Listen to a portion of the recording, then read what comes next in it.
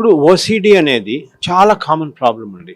I was just telling, మన ఇక్కడ హైదరాబాద్లోనే 3% అని అంటే దాదాపు 3 lakhs పాపులేషన్కి ఓసిడి ఉంది. అంటే ఇది అన్ఫార్చునేట్గా చాలా చిన్న ఏజ్లో స్టార్ట్ అవుతుంది. 14-15 ఏళ్ళ వయసులో స్టార్ట్ అవుతుంది. చిల్డ్రన్ కానీ బోత్ మేల్స్ కానీ ఉన్నాయి.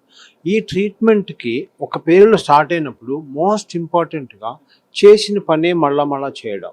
అంటే టిపికల్గా ఎట్లుంటుందంటే డౌట్స్. ఈ జబ్బులో మెయిన్ లక్షణం ఏంటంటే డౌట్. ప్రతిదాని మీద డౌట్ వచ్చినప్పుడు మళ్ళీ రిపీట్ చేస్తాం. ఒకసారి కౌంట్ చేస్తాం, డౌట్ వచ్చి మళ్ళీ రిపీట్ చేస్తాం. ఒకసారి వాష్ చేస్తాం, మళ్ళీ కౌంట్ చేసి మళ్ళీ రిపీట్.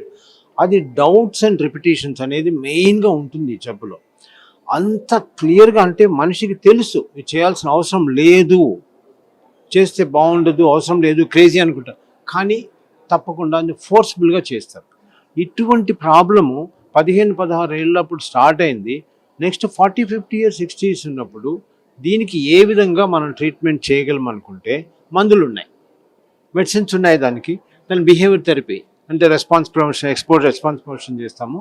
ప్లస్ టీఎంఎస్ ట్రీట్మెంట్ అనేది కొత్తగా వచ్చింది. ఇది లాస్ట్ 10 yearsలో వచ్చిన ట్రీట్మెంట్ ఇది. ఈ బ్యాక్గ్రౌండ్లో న్యూరోమాడ్యులేషన్ క్లినిక్స్ ఏఎన్సి అనేది ఒక కొత్త ట్రీట్మెంట్ని ప్యాకేజ్ లాగా స్టార్ట్ చేసినాం.